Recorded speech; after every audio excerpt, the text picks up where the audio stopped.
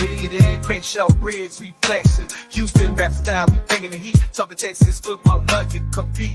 Got the best podcast, the loudest in the game. Wednesday nights, 8 p.m. Remember the name. We talking draft picks, we talking defense. We break it all down, no nonsense. H-Town, Victor Run Showdown.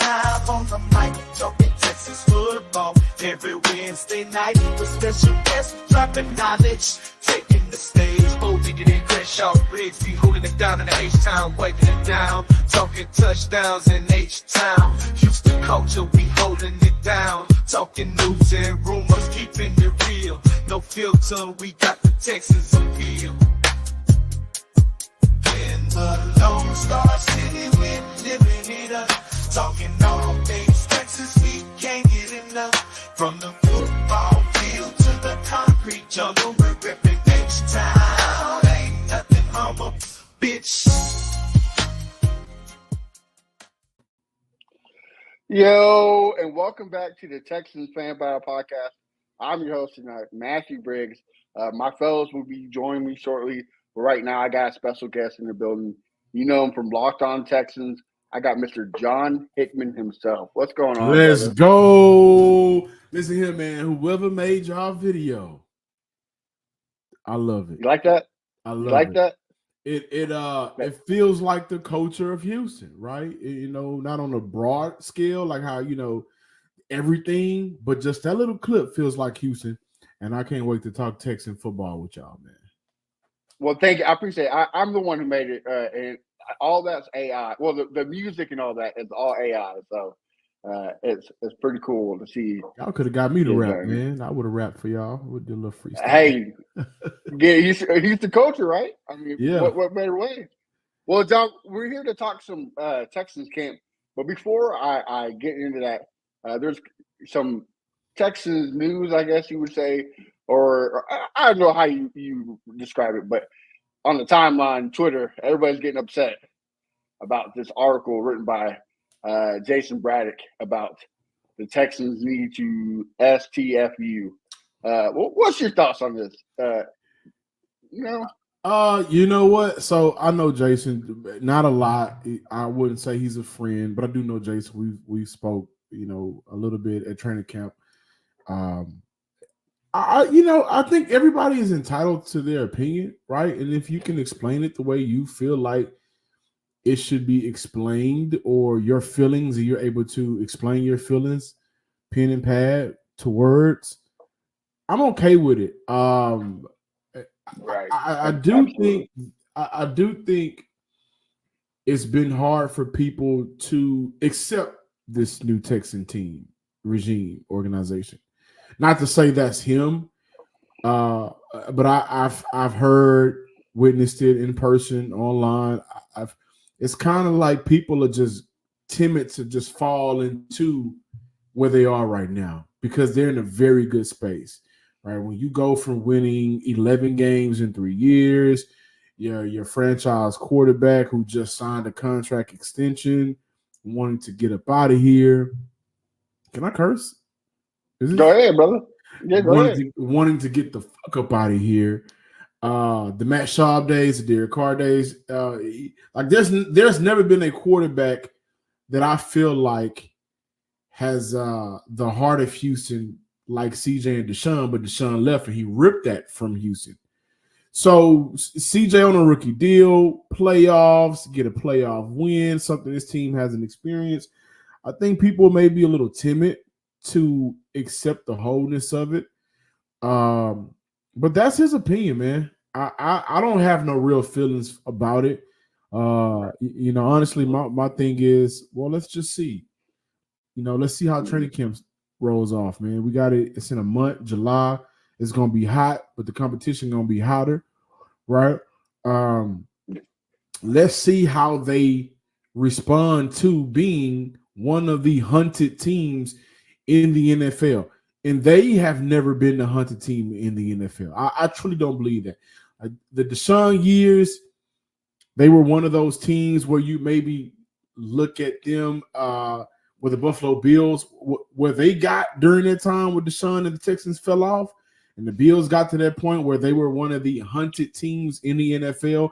I thought Houston was on the verge of getting there after the blown lead, but then everything went disarray.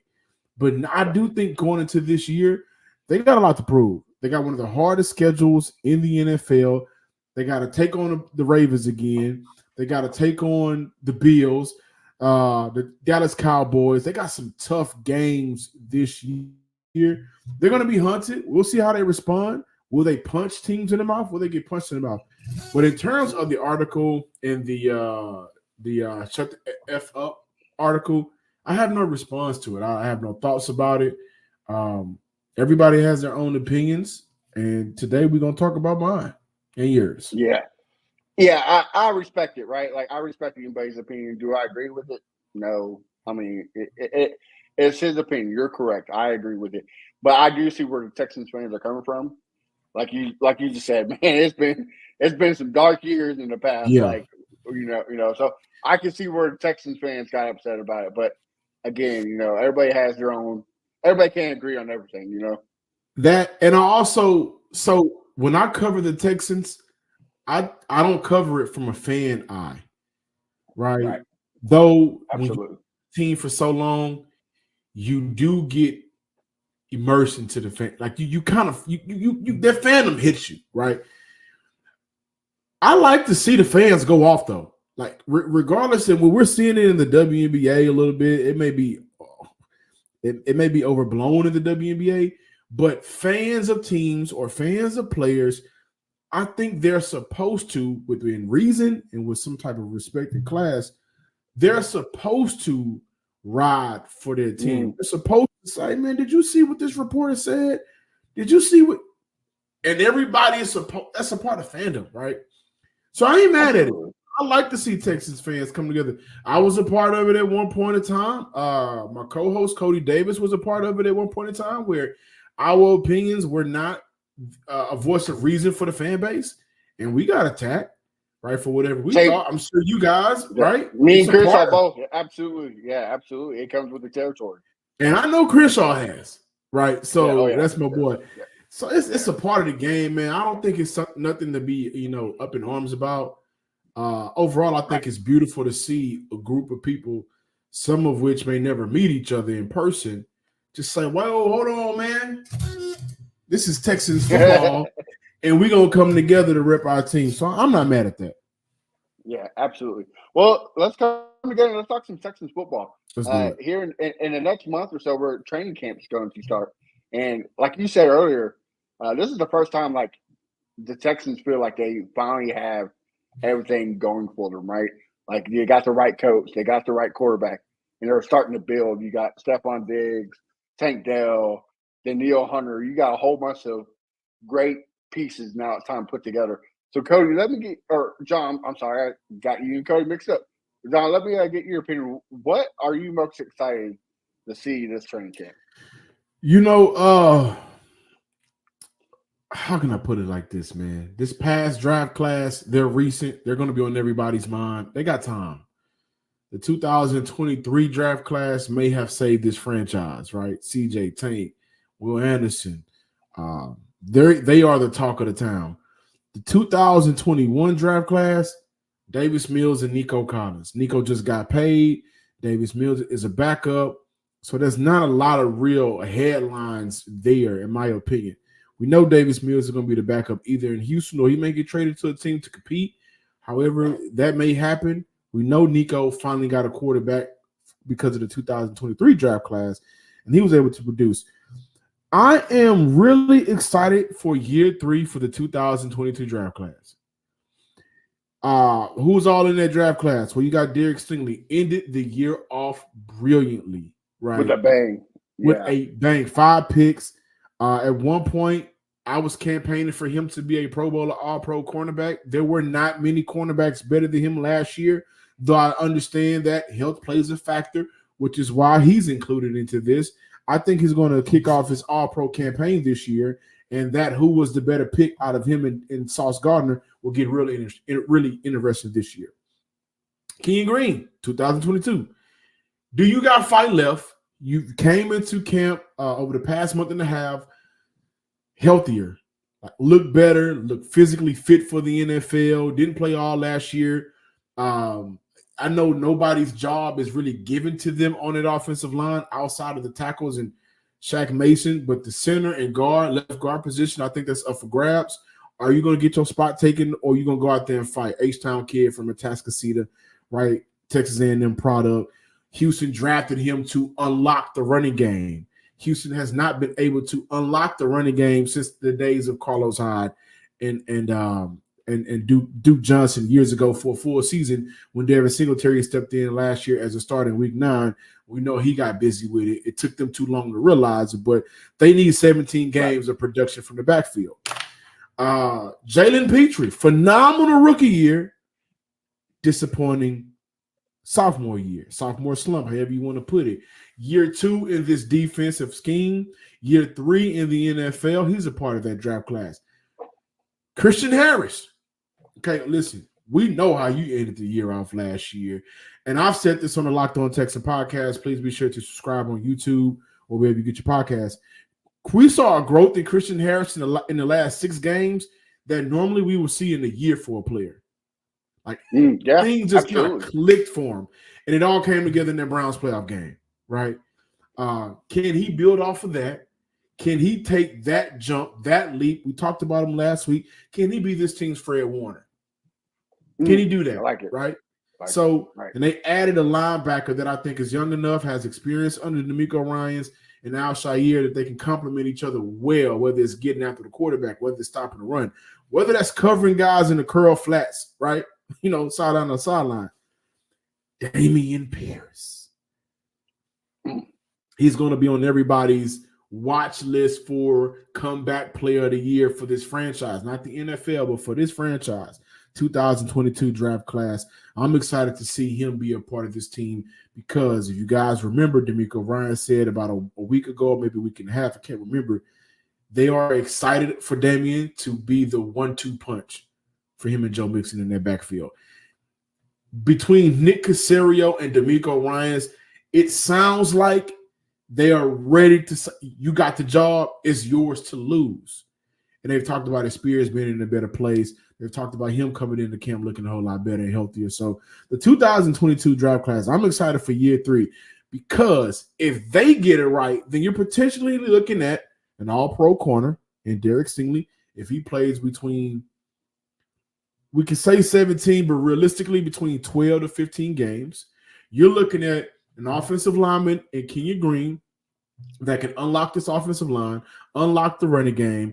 By the way, with Joe Mixon, I looked at the stats earlier. I can't remember, but Houston was not a much better offensive line, but they were better than Cincinnati last year. So just imagine what Joe Mixon can do with a healthy offensive line with Kenyon Green healthy.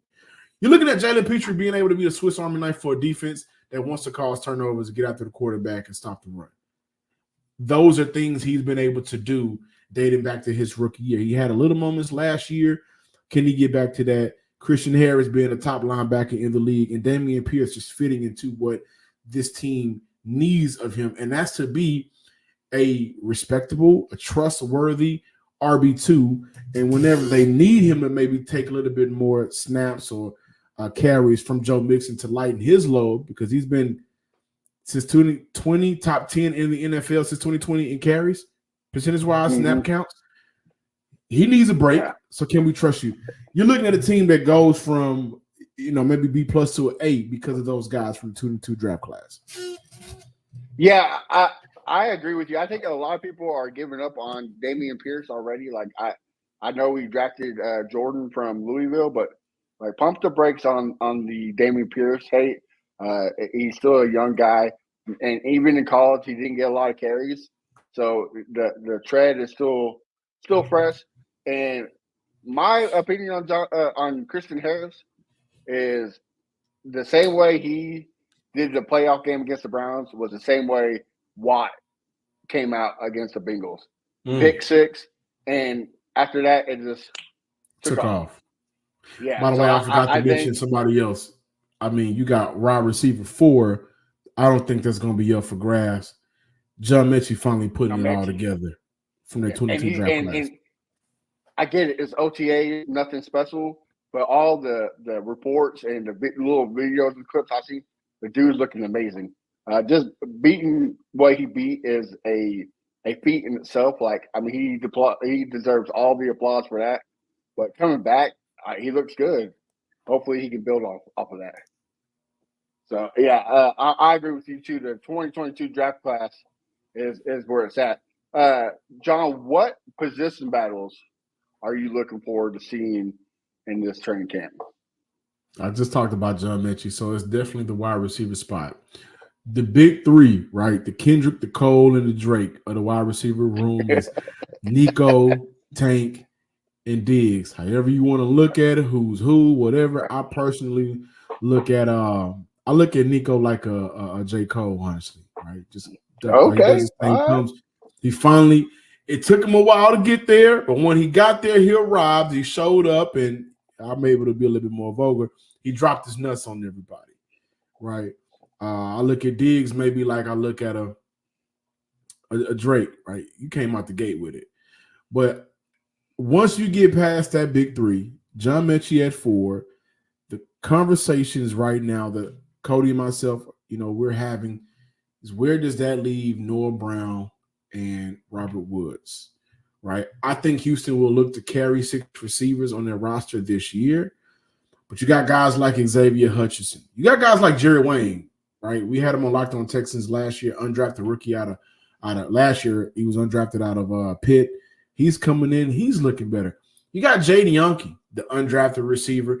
Like, they got guys that you can get really creative with. Ben Skoranek, I don't think he's going to play receiver for Houston. More the fullback, tight end type. I think that may be a little bit because they can get very creative with him. He's a good blocker. But just will Houston go vet at 5 and 6, or will they go youth at 5 and 6 to fill those slots? And the reason why I'm personally leaning towards youth right now is, well, last year, Robert Woods, to end off the year, he could not get open. He has had a phenomenal career, right? Helped the Rams get to a Super Bowl. He's had some very good seasons, but he couldn't get open last year. Noah Brown, I think, can be beat out. I don't think it's a foregone conclusion that he'll be beat out, but I think it's possible. And I think it's up to Hutchinson just getting another year under his belt, Wayne getting another year under his belt to use what they've learned going through the season last year to their advantage to beat out the vets. And you're looking at a squad that your 2 vets will be Nico and Stephon Diggs, Tank, John Mechie, Hutchinson, Wayne. Like, do they go ahead and take over those final roles? And if so, does Houston look to utilize one of those players? And I will point towards Mechie in a special teams return role. I'm also looking at who's going to take that final D tackle spot. Right? Oh, okay. Anderson on one edge, Hunter on the other edge. Nico kind of he's going to be on the inside, but he can flow in and out depending on how creative Houston wants to get, depending on the down. But honestly, right now, because Houston signed Foley Fatukauzi, Tim Settle is on his roster, Mario Edwards is on his roster, former first-round pick. I like Khalil Davis. I like Khalil because I feel like Khalil is just the glue. He's going to get his when he can get his, but Khalil is I'm going to do my job. And he learned that last year. Talked to him in the locker room. He talked about I got everything I need because of the guys in front of me, mentioning Malik Collins and Sheldon Rankins. And he said, all I got to do is come in and do my job. They teach me what I need to do. I'm learning what I need to do. I just got to do it. And I feel like a player with that mindset can not only benefit themselves, but guys can benefit from them. I'm excited for the receiver role. Who's going to take those last spots? D tackle, and I do think cornerback is interesting because outside of Stingley, and I was wrong on this, Kamari has been the better cornerback. And on top of that, I was completely wrong about this. I thought Jeff Okudah was going to be better than C.J. Henderson. According to my man Cody Davis, my co-host, Sports Illustrated, C.J. Henderson has been looking better than Jeff Okudah. So that little, cornerback 3, who's going to be cornerback 2, how they're going to fill out that depth chart because it got a little rough for Houston last year. That's going to be at the end of the year. Yeah, absolutely. Well, John, I appreciate you coming on. I ain't trying to take much of your time. So why don't you tell all the fans where we can find you on social media and what you got cooking? You can find me on Twitter at John_Hickman12. Also follow the Locked On Texans page at Locked On Texans. Subscribe on YouTube as well. Before I go, right, because I like to ask questions. Go ahead, And brother. y'all don't make fun of me how I say the word ask. It's a cultural thing. But No, I get it. In your opinion, right, what could hinder Houston from not making a big run? Because when you look at this division, I've said I got flack about it. I got killed on Twitter, got killed on the show. I think Tennessee is going to be better than Indy. Oh, really? Okay. I think Jacksonville is going to make a push to rebound. Okay. But I don't know how much of those additions will be ready for the bright stage and the bright lights once they get down, the final 6 or 7 weeks of the season, right? So I think Houston is by far the better team on both sides of the ball, special teams included. All three phases, I got Houston. But what could hinder Houston from making that push to the Super Bowl? It'd be in New Orleans. That's down the street, right? Right down the road. Right down the road. You can make a fun trip out of it. But that's if Houston gets there. What will stop them from getting there, in your opinion? Right. So, like all the moves we made, even the draft, right? Like getting Blake Fisher was a big part. Cade Stover, Kamari last year, like all these moves that we've done this whole offseason is for the Super Bowl or bust. Like you just said, CJ Stroud is on a rookie deal. When his rookie deal is up, he's going to get paid. So if you're going to make the move now, it's now. Like you have to win now. I think the only thing that hinders is injuries. I mean, last year, that's kind of what hurt us. Last year was injuries. Tank Dell going down, Nico Collins being in and out, Will Anderson, Jonathan Grenard. The injuries, like you said, the cornerbacks at the end of the year, the injuries is what plagued us. And I think that's the only thing that can hinder us making that step. Now, coming to the division, I think it's all up to Anthony Richardson. If it's the same Anthony Richardson that he was before he got injured, then I think the Colts are going to be a problem.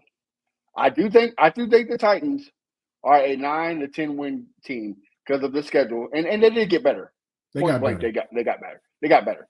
Now the Jaguars, it all comes down to Press Taylor. It's how he calls the game. He wasn't very good last year, so it all depends on what happens there and how fast they pull the control from him. Because if it's like what it ended the season last year, it's going to start off pretty rough. Because the first 6-7 games, it's a pretty damn good team. So it was a good team. Yeah. So I think I agree with you. I think the Texans built this roster on paper to be by far the best team in the division. But again, injuries happen. So and that's what I love about what Nick Caserio did this offseason. He wasn't just making for plan A. He was making plan A, B, C, D, like Blake Fisher, Titus Howard, right. Laramie Tunsil always got hurt. Let's get a tackle who can play both sides. Now you got Kenyon Green coming back. You got a whole bunch of guards who can fill his spot if he got injured. Same thing with Shaq Mason. So, yeah, I think this team is, like we said at the beginning, built for a run. So, I'm ready for it. To that point, man, I've said on our show that one thing I'm giving credit to Nick Caserio for doing is helping Houston have a talent farm. We may not see Jawar Jordan this year a lot. We may not see Blake Fisher this year or maybe next, right? We may not see him. We may not see a lot of Cade Stover. Right? We may not see a lot of guys, but whenever they get on the field, that's not a problem, though, right? Right. That's a great thing to have. Like if you got the talent and they just getting coached up and they learn it, right? When it's time to put them out there, then I think what that does, and Houston has to win in order for me to say this, but that extends Houston's winning window. Because you got guys that are young, their bodies are kind of fresh, but they're they're stepping on that field, when they do step on that field for a full time, they know what needs to be done. They've been in the NFL and they have NFL experience. So kudos to Nick Caserio for doing that, just helping this team for the first time, I think, in franchise history on both sides of the ball, have a talent form where you can go to a lot of positions and say, this young guy is talented and he'll be here for a couple of years because of we got guys in front of him. So I think there's a lot of credit that needs to go to Nick Caserio that I haven't heard too many people talk about. Yeah, I completely agree. And D'Amico, right? Like those two are going hand in hand when it comes to picking out this talent, and they see things we don't. You just got like everybody else. Like when they didn't get Saquon Barkley and Wilkins, everybody wanted Nick Caserio. Said you just got to be patient. Like the dude is a genius, especially when it comes to manipulating the contract structure. Just give him some time. Yeah, I agree with you. You got fear the best. That's all I gotta say. The dude's just a mastermind. So fear the best. That's my first time hearing that. Man, thank y'all for having me, brother. No problem, guys. Again, make sure you follow John at John_Hickman12. And of course, Locked On Texans with his boy Cody Davis. They have some great stuff. Always good having on here. Until next time, John, thank you for coming on. We'll have to do this again. Will do, man. Training camp will be fun. Y'all get at me. Well, guys, that was John Hickman from the Texans Locked On podcast. Make sure you follow them everywhere. Guys, let me introduce my other commentators we have tonight. First, always, my A1 since day one. I got Mr. Kenneth the Messenger in the building. What's going on, Keno? Nothing much. How y'all doing, man? And guys, if you're on Texans Twitter, you know this guy. It seems like this guy does not sleep. Great content, always pushing out, making it alive. We got Texans commenter, Houston Stressing in the building. Are we stressing or blessing? How you doing, sir? We're blessing, man. Appreciate you guys having me, man. I'd like to tune into y'all's guys' show, and y'all do a great job. Well, we appreciate you coming on. Guys, we're going to talk some camp like we did with John. But before we do it, there's been an article written by Jason Braddock that got people kind of in their feelings. So let me get your thoughts about it. I'll start with you first. I can't. What's your first name? I'm sorry. I'm sorry. My name's Garrett Williams. So you can call me Garrett or just call me Stressins. That's fine. Is my audio and everything good? By the way, you're doing great, brother. Garrett, okay. What's your thoughts? So I actually have a unique perspective on this for a couple of reasons. One is I'm actually a contributing writer to the Sporting News Network, just like Jason. So he is a colleague of mine, but I do not know him that well personally, but we have had friendly interactions and dialogue. So I also don't know if y'all saw earlier today, he said that he'd be stepping back from that. I don't know if he's going to step back from writing, but he said social media today. So first off, I'll preface this with my experience with Jason has been nothing but great, and I wish him the best. Absolutely. And and some people, obviously the article was pretty inflammatory, and the reactions, I guess, to each their own. To me personally, I try to stay away from being emotional and getting personal. You can disagree without having to get heated, but yeah, I mean, with that being said, though, I'll kind of be real on my thoughts about it. And I told him too, I tried to not get into it at first, not to talk about it. But then I don't know if y'all saw today, me and him were kind of exchanging, and it was cordial. But I was telling him, hey, this is how I feel. But for those who may not know, Jason wrote an article, and it was critical of the Texans. The article, the name of the title of the article was "Texans Kindly Shut the Fuck Up." I don't know if you can cuss, sorry, but STFU. Oh, yeah, you're good. You're good. Am I okay to cuss, by the way, yeah. if it slips, or is it? Yeah. Okay. Yeah, go ahead. Yeah. But yeah, so that's kind of the article. And a lot of people took it personal. I kind of felt like it too. He said in his replies on Twitter that it didn't attack fans, but at the end, it mentions fans 2 or 3 times, and I felt like it did. But basically, the preface of the article is a lot of chatter has been going around national media, which I despise this whole theory and topic. I think it's all bogus, is that CJ Stroud's cocky. He's talking too much shit. And then Nick Caserio is doing the same thing. And now we're just full of ourselves, and we're creating all these enemies and targets on our back and going to make it harder for ourselves. I think that's all 100% bullshit. My biggest concern with all this, and I even said it before Jason's article, is I'm more concerned about the national media ruining the image of CJ Stroud. It kind of pisses me off. I mean, we all know the type of guy CJ Stroud is. I mean, we're Texans fans. We live and breathe this stuff. We've watched every interview. So it's pretty well known that he's a great guy. He's humble. He's not this cocky asshole that he's being painted out to be. So, and it's funny too, because a lot of the stuff that's gone viral and gotten blown up and talked about is like clips that I made. So I know the full context, and then I see it get put in these certain hands, and I'm like, they're taking it completely the wrong way. So it kind of started with Pro Football Talk, Florio. And to me, he's notorious for this. And I get it. It's part of the game. Media, you get some headline and you take a snippet, take it out of context and run with it. So a lot of these national pundits were doing that. Basically, you know, the comment from CJ Stroud on the podcast, $1 million worth of game, that was taken completely out of context, saying that he was talking crap about Aaron Rodgers. If you watch the actual interview, there's at least a good 5 to 10 minutes where they're having debate. And I believe it's Gilly's the one actually shitting on Aaron Rodgers. And Right, exactly. CJ's defending him the whole time. But then it comes down to, hey, a simple question. Would you take Eli Manning's career or Aaron Rodgers? He's like, well, Eli's got 2 rings. Rodgers got 1. I'll take Eli. Who wouldn't say that? You want your quarterback to say that. And all of a sudden that gets taken as like, oh my gosh, he doesn't think Aaron Rodgers is good. So, but that's, you know, where the Florio article started. And then on Braddock's article, I think what spurred him to write his was a video I clipped of Caserio on 610 on Friday, where he talked about the draft war rooms. And again, Everybody I clapping mean, and yeah. if you want to take this personal, I mean, I don't think this was something where that's just Caserio's personality. He's been consistently the same guy. That's just how he is. He's a very transactional, almost robotic guy, which to me is great for a GM. Zero emotion. You want someone that can go, you know, to their plan and not waver when things go wrong. So, but his point was like, we're not very emotional. We make the pick, move on to the next. And then some of these other war rooms, you know, they have documentaries. They get up and it seems like a forced clap. So that's all he was saying, and he knows it too. So if other GMs got mad, he can wear it. He's not worried about it. So the fact that people like Jason that wrote the article like took it worse than other people did, I guarantee the other GMs could give a shit. You know, like maybe it pisses them off, but in the end, it won't make a difference. So I wholeheartedly disagree with it.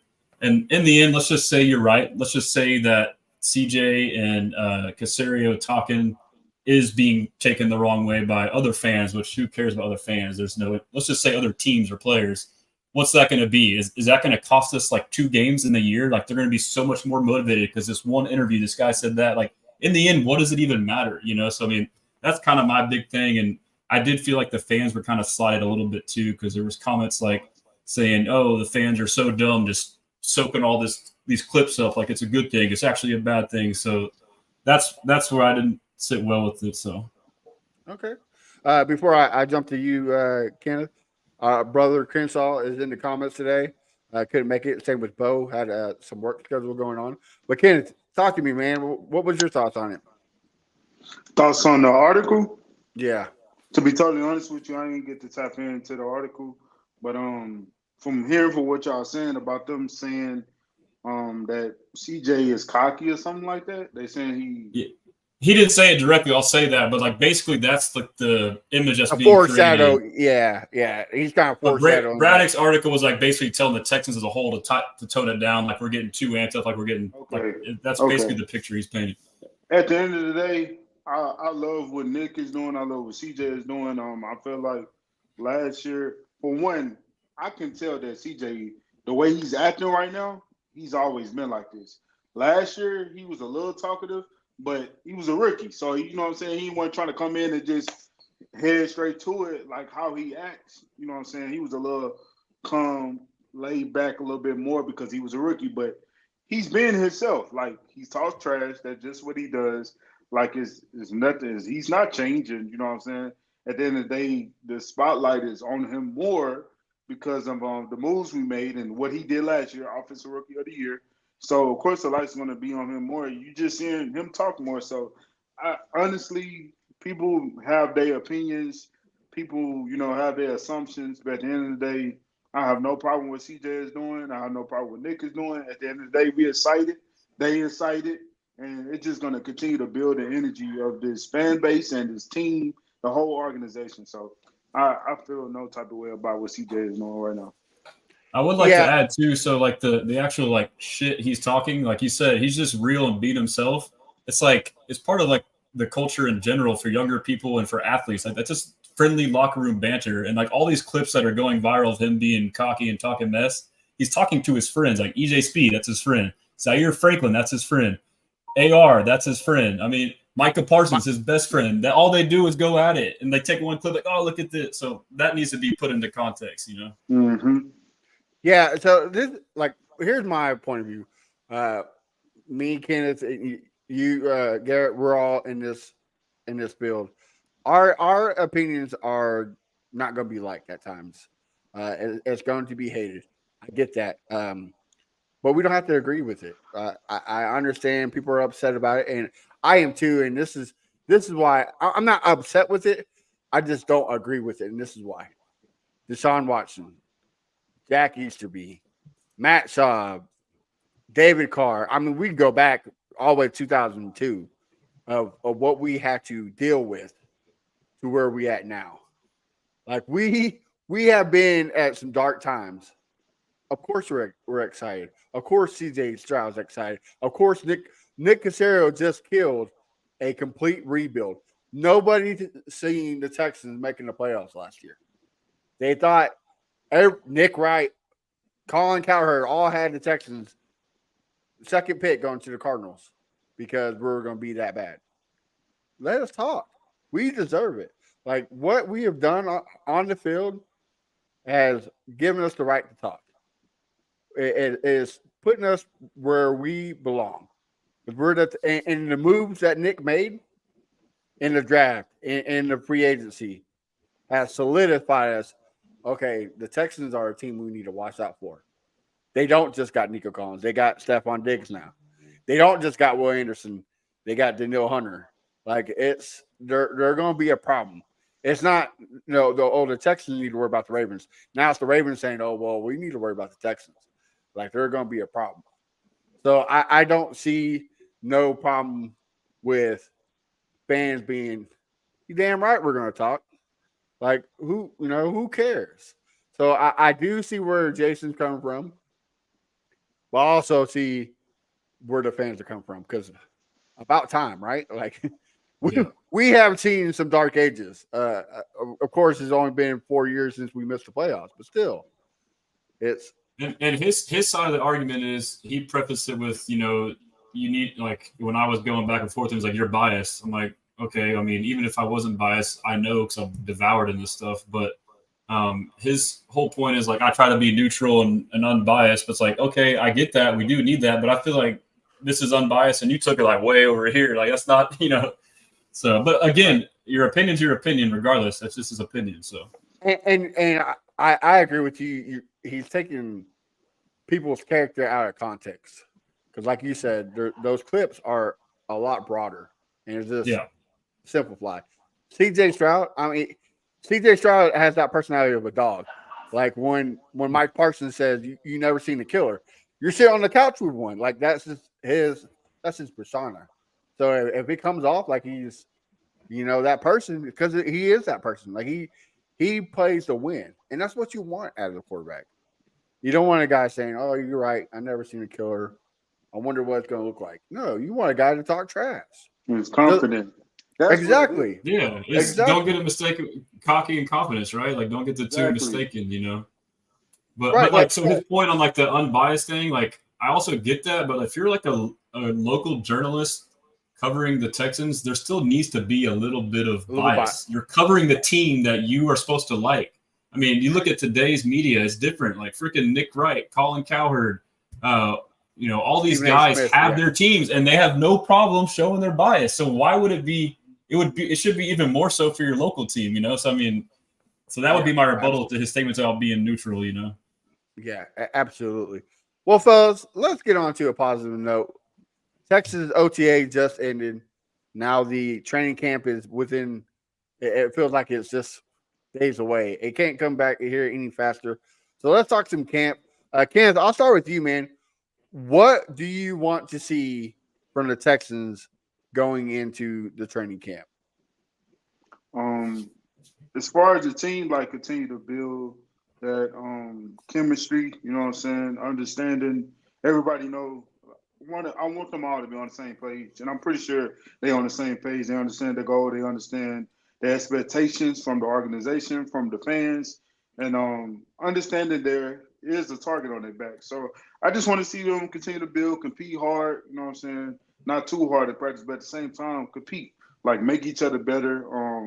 Our receivers like making our DBs better, and vice versa, and D linemen making our O linemen better.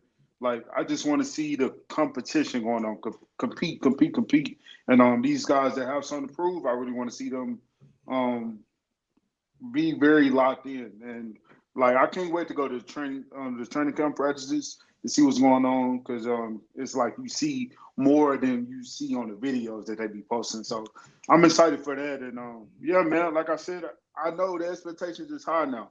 It's higher than it was last year. So I know the guys is ready to prove and show like, hey, we here now and we trying to do something big. Absolutely. Expectations are very high. Instead of being the hunter, we're being hunted. So Garrett, what do the Texans need to do to establish that, hey, we're not going to be hunted so easily? I mean, I don't think they have to do much. Like everything's set in place. I mean, it's just go out there and take care of business. I mean, at this point, I think it's all mental. You know, you guys coming in, learning, and new coaches and whatnot, and that chemistry and continuity together. But I mean, I was at the season ticket holder event a couple of weeks back, and I met and ran into AO Texans Nation, and we were chopping it up. And I was telling him, man, like, he was asking me what I think we can do. And I was like, honestly, man, like, I think we can go to the Super Bowl and win it. But, like, I'm trying to, like, temper my expectations, like, given what happened in the past. He's like, nah, man, screw that. Like, say it. Like, don't be scared. I was like, ever since then, like, he's made me realize, like, he's right. Like, I think we are a Super Bowl team, and we can definitely win the Super Bowl this year and in the next 2 or 3 years. So I'm very excited about camp, but I guess what was holding me back, my reservations was, we had that PTSD from being up 24-0 in the Chiefs in the AFC Championship or to go to the divisional round. But if you think about it, this is two completely different teams. Bill O'Brien, DeMeco Ryans couldn't be polar opposites. Deshaun Watson, no personal attacks, but he's nothing like CJ Stroud. Like CJ is better as a player, and off the field, he's better in my opinion. Like I'm not trying to dig into that, but so if you put that into perspective, like there's no reason not to be excited, and you couple in all the moves we made. So really, I mean, I think everything's in place. It's just a matter of really, it's just believing it, say it with your chest, and the players are saying it. You're hearing in the podcast and some of the interviews. I mean, don't be shy about your ambitions. Say if you want to win the Super Bowl. Like if you want to win it, you got to believe it. So that's probably the biggest thing is just getting that confidence and belief going. Yeah, right. Exactly. Attitude. Yeah. Like all the moves Nick made this offseason solidified it's at least AFC Championship or Super Bowl or bust, right? Like it's those two. Like no more divisional round and we're getting knocked out. It's taking that next step forward. Just in case if CJ Stroud does have a sophomore slump, he got him weapons. Right. I'm just saying he got him weapons and Stephon Diggs. He got him in community and Cade Stover. Like they know each other. Like he got him a run game finally. He got a defense that can get to the quarterback and shut down passing lanes. So I think they got all the skills pieces there to solidify, hey, it's all or nothing. Because let's be honest, CJ Stroud is going to break the market when his rookie contract is up. The dude is going to take it to a whole nother level. Like we thought Justin Jefferson got paid, it's going to be on a different level. So right now is the time to win, and we got the pieces, and that's what I wanted to see is the other pieces like a Kenyon Green.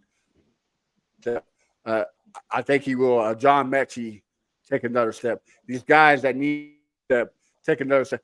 C.J. Henderson, Jeff Okudah, guys that we're not so sure about, take another step. Because look, Nico Collins, yeah, I wasn't one of those guys where like I know Kenneth was. I wasn't one of those guys like I wanted Nico Collins cut last training camp. Like I wasn't that guy. But I was like, well, I Freako don't Nico. right. I did. I was that guy. Said, well, I don't know if Nico's that guy because he can't stay healthy.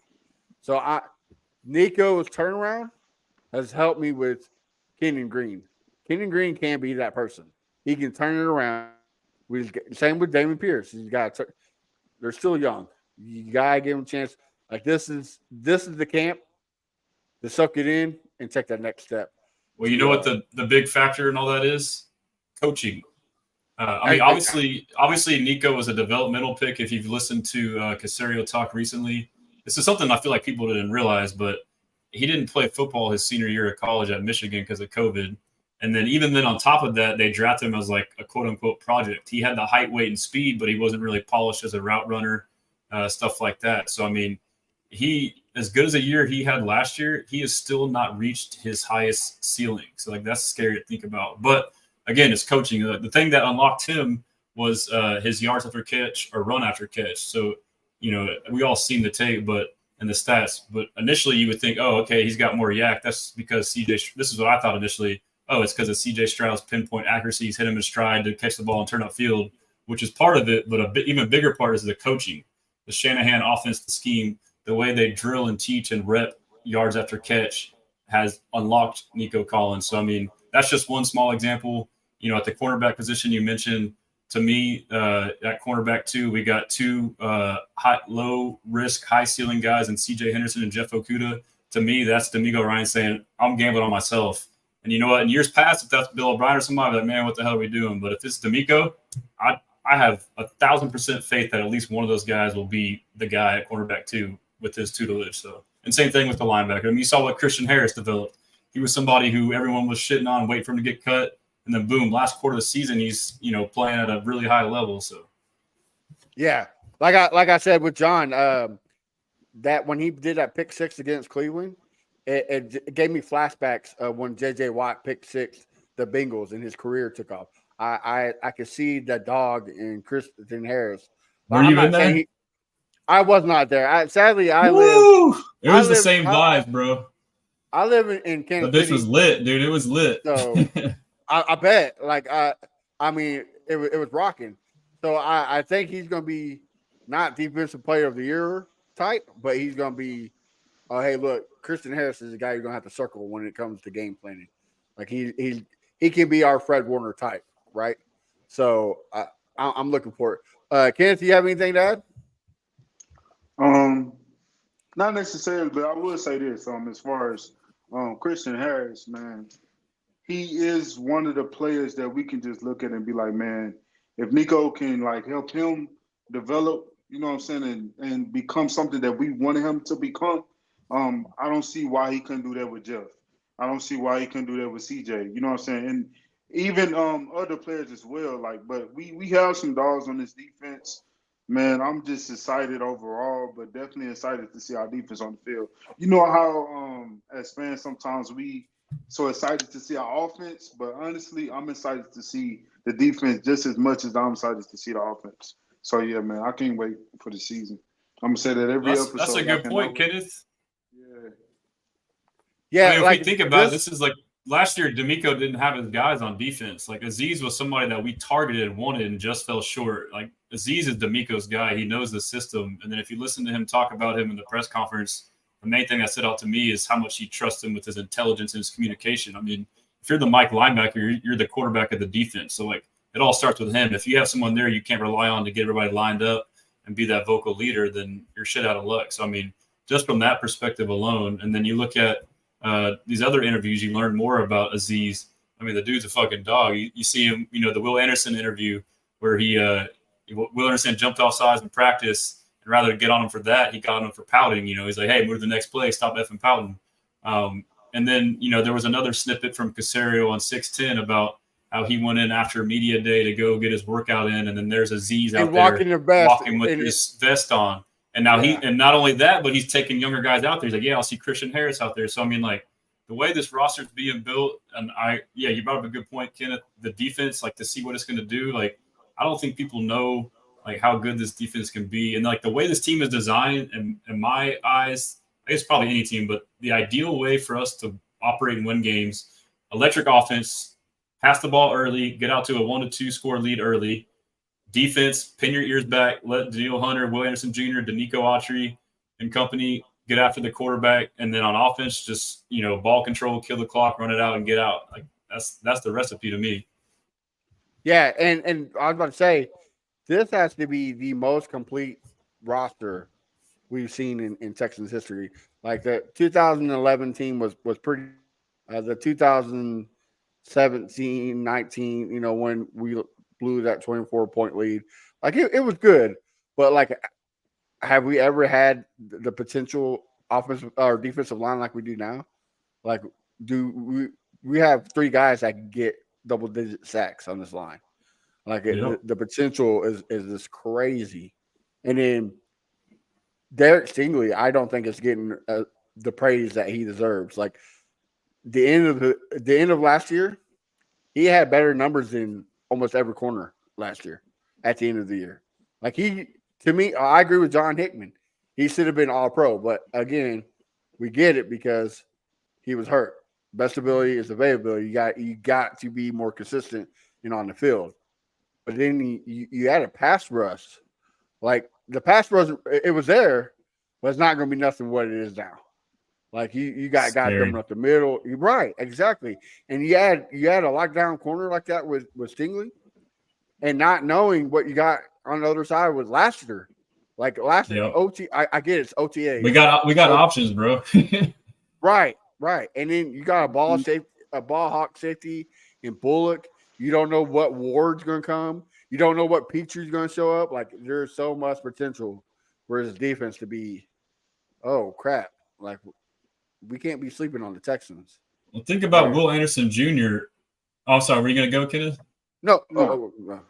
Think about Will Anderson Jr. He was Defensive Rookie of the Year last year, and he was still getting his feet wet. I mean, now he's got a full offseason, and he has Daniil Hunter on the other side to learn from. And then he recently said in an interview he's been training with Myles Garrett. And, like, the stuff that he said he's working on now in the offseason compared to last year, he's talking about, like, fucking ankle flexion and shit. Like, what are we talking about? This guy's getting, like, down to, like, the nitty-gritty. Like, if he's about to start doing shit like that, like, watch out, bro. Yeah, and not to mention, like, don't get me wrong, Sheldon Reagan's had a great year last year. I think it's a very underrated year that he had last year. But Danico Autry's had 3 years with over 10 sacks. Like, come on, man. I don't even think Hunter had that in Minnesota. Like we want to praise Hunter, but Hunter never had anything compared to Danico Autry or Will Anderson on the other side of him. So and he's a dog too, man. Right. Like I don't understand why he was not mentioned for Defensive Player of the Year last year. Finished top 3, top 5 in every stat last year, and not even honorable mention. So just you're unlocking another potential having just those guys over there, and then having a lockdown corner in Derek Stingley. Because if we're going to try to get the ball out quick, okay, go ahead. It's going, Stingley's going to be there. So yeah, I mean, think about the people stress about the corners. I mean, look what we did with no offense, but with DAC, Dylan Houston Carson at safety. He was the guy we signed at the practice squad. Desmond King was out there. Like, look what D'Amico did with like guys he picked up off the street. Like now he's like handpicked his guys and they'll be in his system. Like, I mean, if everyone's healthy, it's going to be a scary defense. Absolutely. And then we finished top of the rushing, so taking their step back, right? Like our rushing attack on the defense, elite. So you just got better pieces, so it's going to be even better. I agree with Kenneth. Like the people are sleeping on the defense, and that's a homage to CJ, right? CJ Stroud is so good. They're forgetting about the defense. That's a good thing to have. Like, oh, okay, go ahead and forget about the defense while we shut you down. For real. So, yeah. And the way they've built the defense too, and like we all know this, and D'Amico preaches it a lot, which I love to hear. is the way to beat these elite quarterbacks, mostly Mahomes, is with a 4-man rush, getting pressure with your down line. And DeMeco knows this, and he talks about it. He knows the D-line is super important. And what have we done? We've done that. So, I mean, in order to beat Mahomes tight, we got the recipe, so that's encouraging as a fan to know. Yeah, and let's be honest, last year the good teams wasn't the problem. We could beat the good teams. Every team that made the playoffs, we beat. But the problem is the Falcons, the Carolina Panthers, we should have beat, we lost to. So now if we just put it all together, dude, it's a recipe for disaster. I think another year of DeMeco calling plays, another year of Bobby Slow. Yeah, saying, hey, we got this. You mentioned the Panthers and Falcons. In my opinion, that's why we lost those games with slow play calling. Whether that was him learning his way or we were just being super conservative with CJ, but we were way too conservative. Like, we didn't open up the playbook until like week 6 or week 5. So, I mean, and it cost us, Yeah. Well, and even CJ said against the Steelers, he said, let or was it Jaguars or Steelers? I forget which one. But he said, give me the reins. And they gave him the reins, and look what happened. Yeah. The CJ Stroud showed up. So I think Bobby's like, okay, I see it now. They trust him. Yeah, and then we got weapons, Mechie, Diggs, like playbook, and Joe Mixon catching the ball out of the backfield.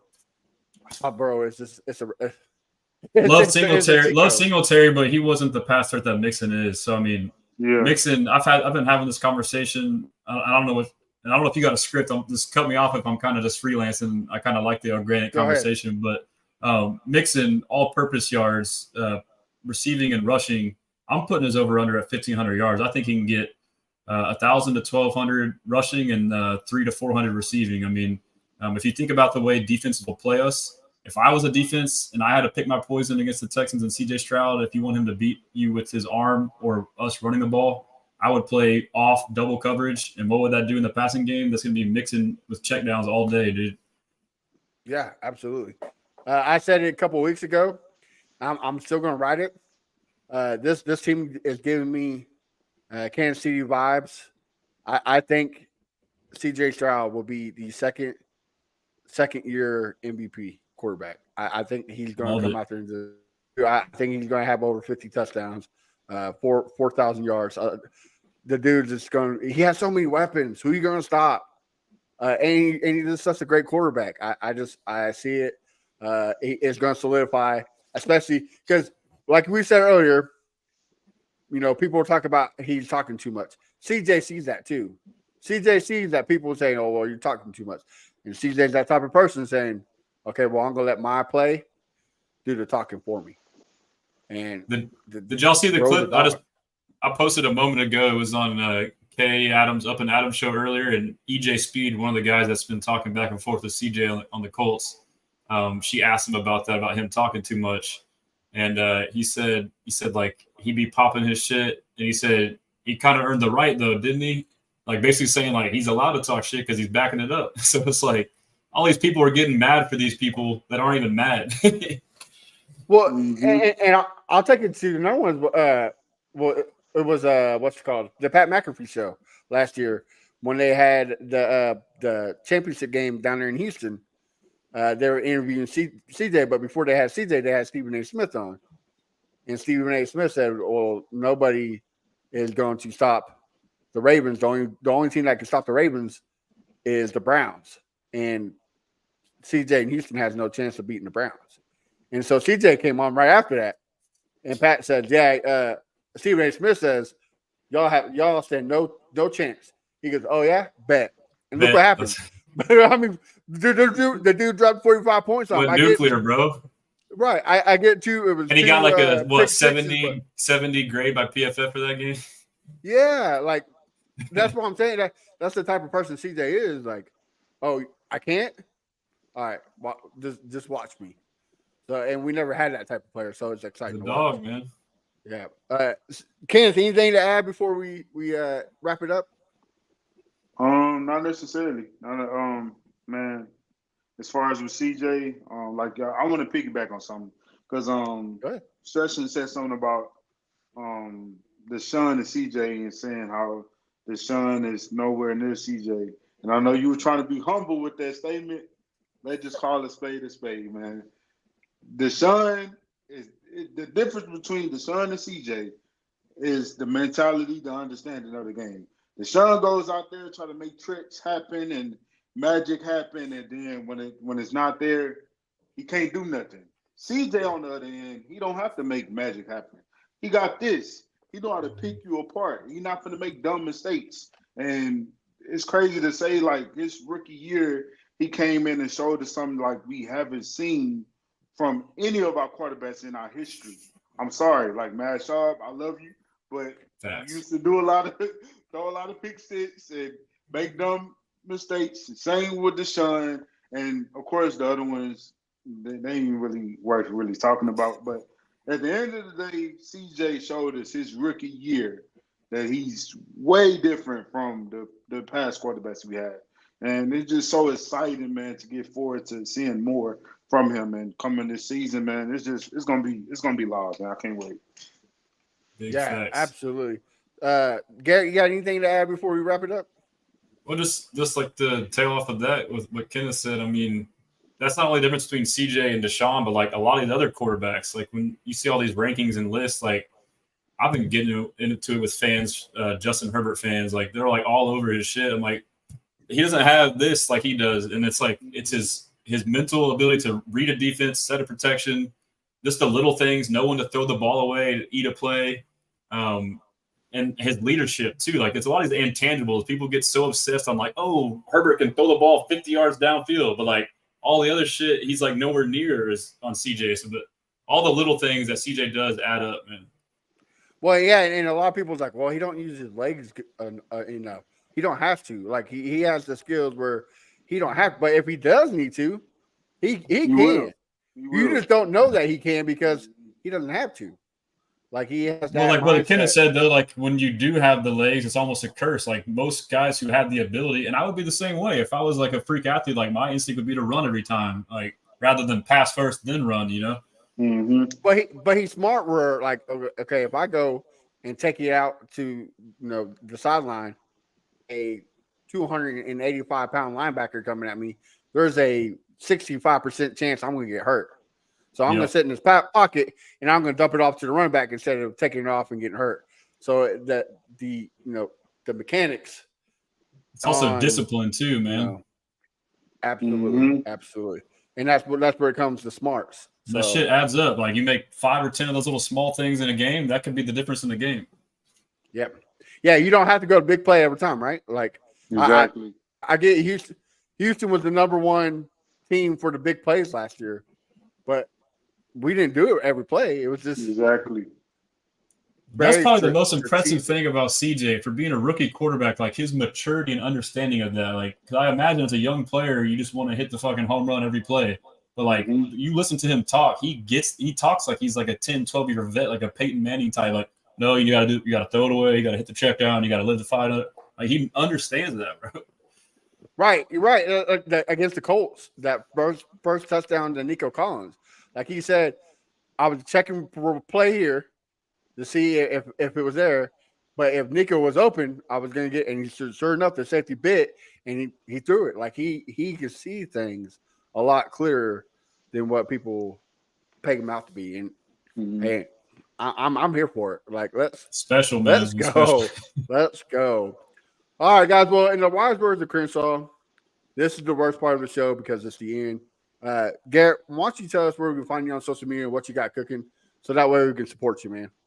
Yeah, first off, appreciate you guys. I'll make it a habit to try and pop in more. I know there's a lot of content creators and podcasts and whatnot on Texans Twitter. I really respect and appreciate everybody. I know it's not easy, so thank y'all for having me and thank y'all for that. But yeah, you can find me. It's on here. It's at Texans Commenter. I'm on X or Twitter. Same thing on TikTok and YouTube as well. But then on Instagram, it's Houston Stressins. But yeah, I mean, my goal is kind of to be like the one-stop shop for Texans news. I mean, I'm obsessed with it. I know a lot of us are too. I kind of gather it all and I try and get it on time right there. So if you want to see something, just check out my timeline. It's probably there. So, and I like to say, are we blessing? Are we stressing? The nickname Stressins came up middle of the year when I think it was like 6-7 games in a row. It came down to the final minute, so we were stressing a lot. But right now we're blessing, baby. Yes, sir. Absolutely. Ken, what about you, brother? Y'all can follow me on Instagram and YouTube at Kenneth the Messenger, and Twitter, Messenger_Keno. And that's pretty much it, man. Y'all keep showing love to the Texans Fan Battle podcast, man. We only going up for sure. And Houston Stretcher, man, nice meeting you, man. I've been checking you out on Twitter for the longest, man. I like what you're doing for sure. Hey, respect. I appreciate it. A very positive account. Like, if you know, there's some positive and there's some like, oh man, what are you doing? Nothing but good things from the Stressins Texans. Yes, sir. Guys, you can follow our brothers Bo at Bo Diggity 713 and Crenshaw at Fifth Word Crenshaw. You find me at A1 Day One Texans.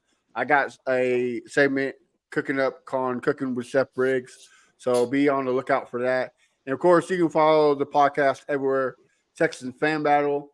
Hit that subscribe button. We're halfway to our goal. We're at 2.5. We're trying to get to 5,000 subscribers. So make sure you hit that subscribe button. But most importantly, make sure you go follow Garrett again at Texas Commenter. The dude is fantastic on Instagram and Twitter, just straight killing it. Very entertaining. Yes, absolutely. Appreciate so make it. sure you check that. And also, sorry if it's too much, man. I try to get. I can't. I have to get it all out there. Also, you write for Sporting News too, correct? Correct. Yes, sir. So make sure you check out his articles. That way, show him some love, guys. Until next week, we'll see you then. Have a good week and stay blessed.